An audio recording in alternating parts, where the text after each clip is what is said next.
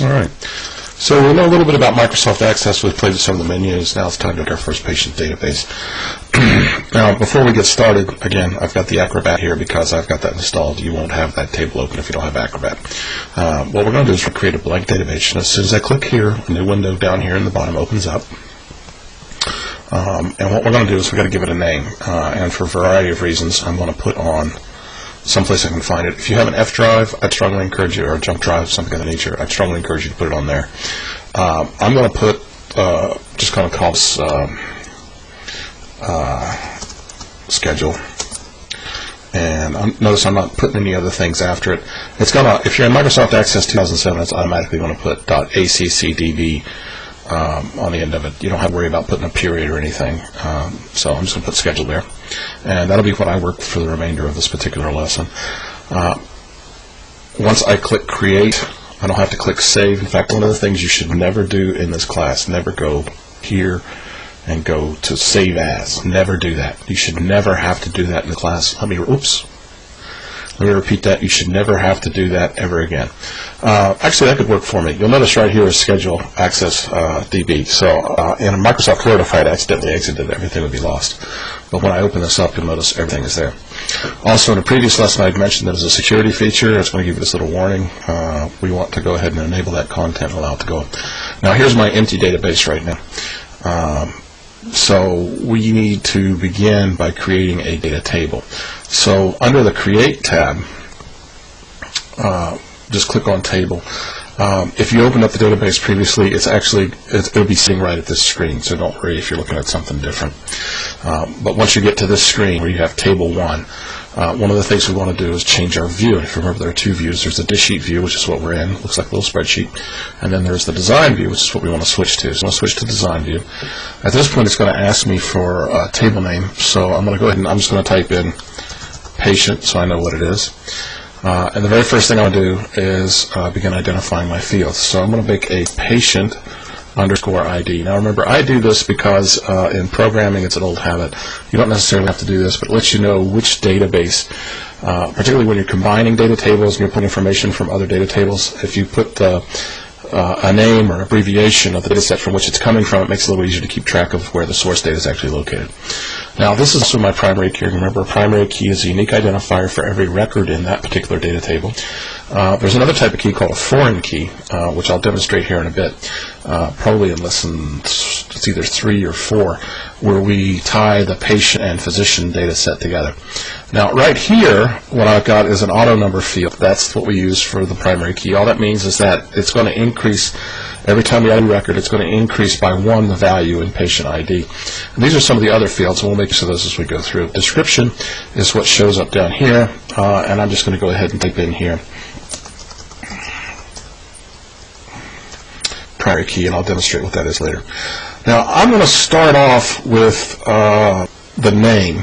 You could also start off with a patient salutation. Let's do that.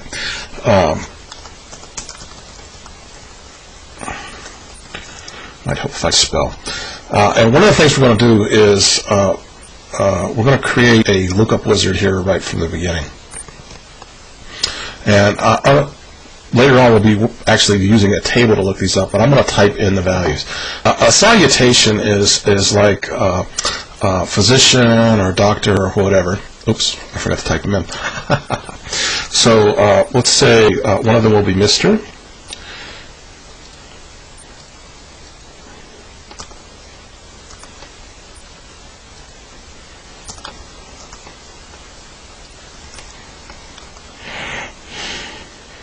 And we can come back and add more to these later if we want to. And you notice I did not check the multiple values.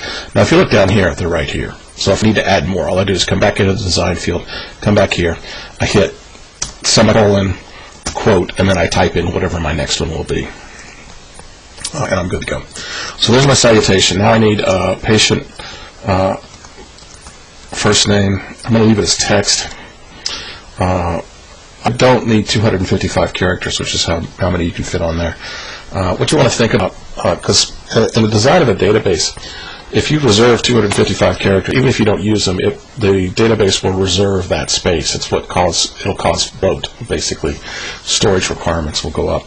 And if for our data set, it doesn't make much difference. But if you've got a data set that contains 1 million records, that's a lot of storage space assigned to empty values. So you want to think about how many characters you actually need. And so for a good first start, I'm just going to use that. So my first name, and then I'm going to have a patient middle initial. I believe that is text. Now, middle initial, we only really need 1 character. And then we'll leave that as text. Last names can be kind of long, particularly in modern American society, where many women take both their last name and hyphenate it with their husband's name. So if you have Abramowitz dash Holstein, that could be quite a few characters. So I'm going to leave it, I'm going to set that to 40. There's also, you can format these, and what you can do with a format is you can create, or even an input mask, you can force like capitalizations or things like that. I'm not going to worry about that at this point. So we've got a name, and what we want to do is we want to record information that we want to make sure that we have on a patient every single time we see them. The example data set has a lot of other information that's included, and part of it might even be part of a medical record, which would be kept separately. For instance, there was a question in there about sexual orientation. A receptionist wouldn't need to see that. Let's assume for the moment that the only thing I want to put in here is information that we're going to verify with the patient every single time. So this is mostly about name, address, emergency contact, and insurance might be what's going to go in here. So we got first name, middle initial, last name. We're going to need an address. Now, there are a couple different ways of handling an address. Many databases would actually, particularly with multi-line databases, you'd have multi-line addresses, sorry. You'd have like patient address 1, and then they would put down like 1700, blah, blah, blah, and then patient address 2 might be Bill, well, consider my address at Western, where I have the first line might be Department of Public Health, second line might be Academic Complex, room 127F, and then Bowling Green, Kentucky, 42, blah, blah, blah, blah. Somewhere in their university, Western Kentucky University would be on that. So I actually have a 3-line address. We're going to handle it slightly different. We're going to make use of something called memo field. Now, the difference between the memo and the text field, if you remember, is the text field is all on one line, and the memo field is multiple line, and it holds a lot of data. Here, let's put this in here real quick. And this will become relevant a little later.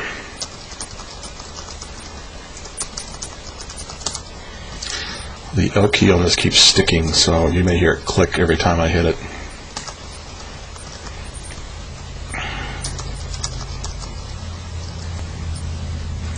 All right, so we got the street address, and then of course we need city, which I'll leave as text.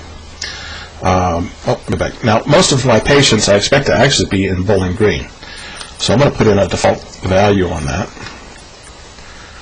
How many letters is that? 2, 4, 6, 8. Notice I'm counting the space. 10, 12. So let's tell you what. Let's go with let's say 30 characters. Now, this is one of those issues that can become a problem in a data set because you can very quickly. Well, you know what? Let's be ambitious. Some city names can be pretty long. We don't want to have screw up there.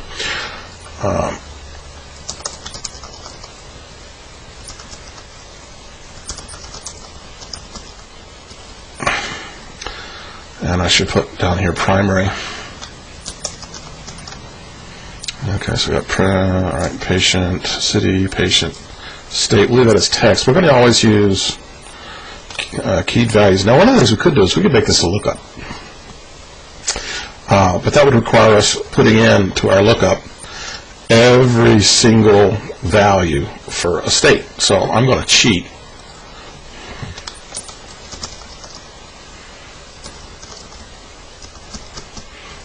And, I forgot to put that. That's going to be a default value, Kentucky.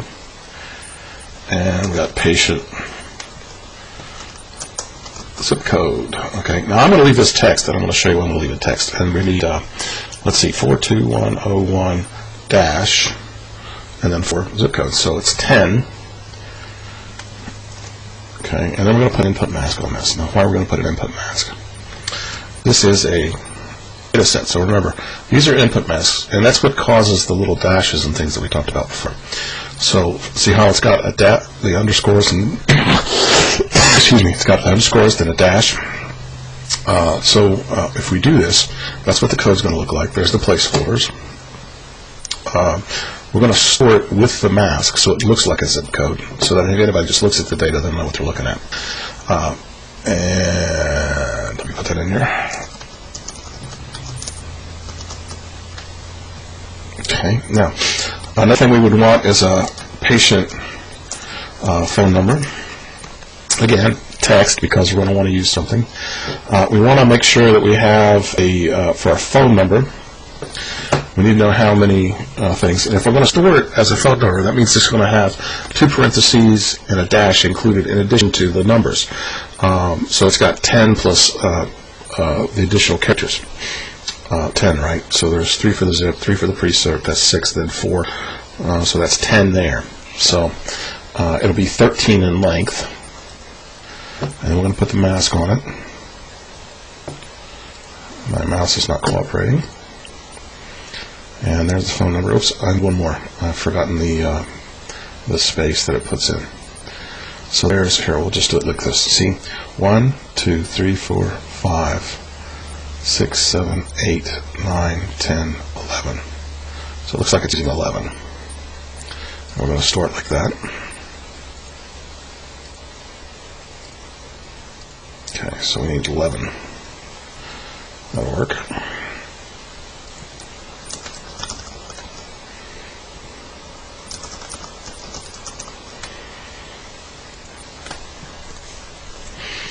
Salutation, name, address, zip code, phone. That looks like enough information to work with for now. And then I'm going to save it. Alright, you'll notice we have the default values already in over here. For our first one, we have, with our lookup we've created, this is going to be Mr. And I'll just put myself in real quick. Now, this is a little interesting because it was multi-line. Here, I want to show you how to put in a multi-line here real quick from here. So let's say I'm putting in a multi-line address. I'm going to make this up, 155 apartment C. Now, I'm going to hold down Control, and I'm going to press the Enter key. See how I've got a new line? That Control Enter forces a new line in there. It didn't delete the other information. I'm actually 1 space down from that, so it's in there. Apartment C, and I want to say the Durbin building.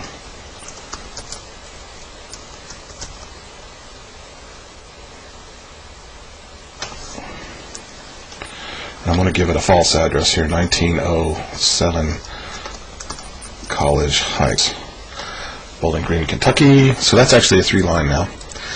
There's a code here. As soon as I start typing, it's going to give me the mask, 42101, and I missed the 2, and I'll just give it a 090. That looks good. Need a phone number, 270-555-1212. And there's my first patient. Now you'll notice at this point it doesn't really have, did I skip some? Oh, I have a field problem. Okay, so let's take this out. Take all this out. And that's what I talked about before, having insufficient room. So let's make that a 13. Go back, save the table. Let's try that again. 270-555-1212. The field is too small.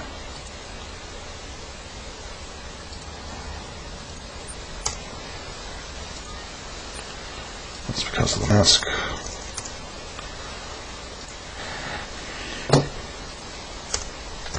I must have forgot this. I forgot the space. Now, if I'd have made any of these fields required at this point, I wouldn't really be able to do this. I'd actually have to back out and delete the record before I can move on, which is one of the reasons I didn't make it required. Actually, okay, so it's 14. All right. And basically what you do at this point is you need to add, for your data set, so since I've given you these and taught you to put these in, you need to create some more fields that you would actually want to collect on a patient.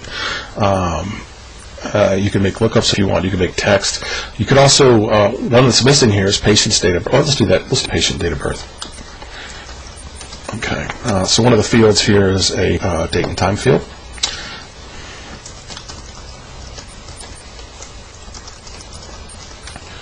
And we're going to put an input mask on that for sure. And you can do a short date, or you could do a medium date, and or you could do a custom format too if you really want to get into that. But that's fine for me. Now let's look what that looks like. Now the one thing I didn't do on any of these is I didn't make any of these fields required. And I don't do that until I've tested it to make sure that every field that I can put in there is working.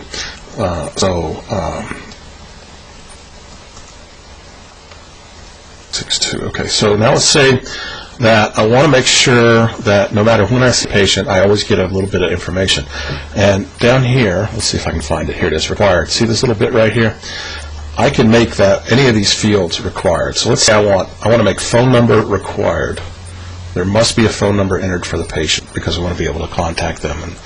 And you could also conceivably, you would always want to make first name, last name, and some kind of mailing address. So you'd make all those fields required. A good question to ask is why did I not break zip code into multiple sets? Because not everyone's going to have their pre-sort or even know it. For this particular data field, I can store it all together and I can actually search it fairly easily. So really at this point, it's just a matter of, wow, that ding is really loud. But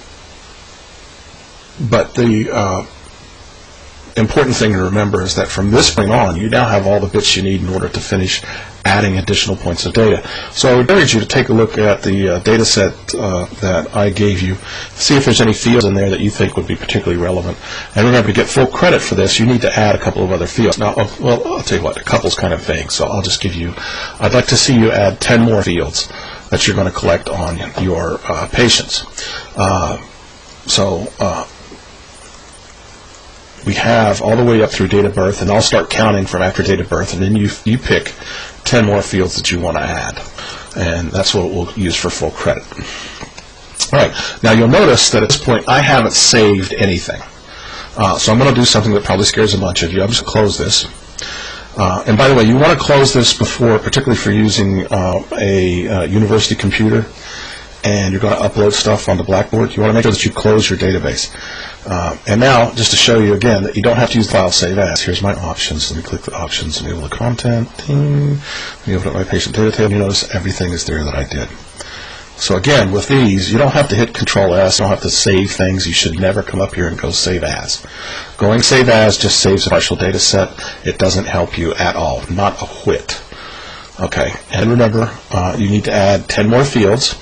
And then also, to get full credit for the particular data set, you have to have a total of, I believe it's 30 patient records. So when I come down here and look, one of the things down here in the bottom is here it says record numbers. I don't care what the patient ID says. I'm going to look at what the last number there. So if the patient ID says 30, if you've deleted a couple of them, you'll have less than 30. What I'll do is I'll come down here and look at this. And if it says there are 29 of 30, you will not get full credit. That concludes this lesson. Good luck.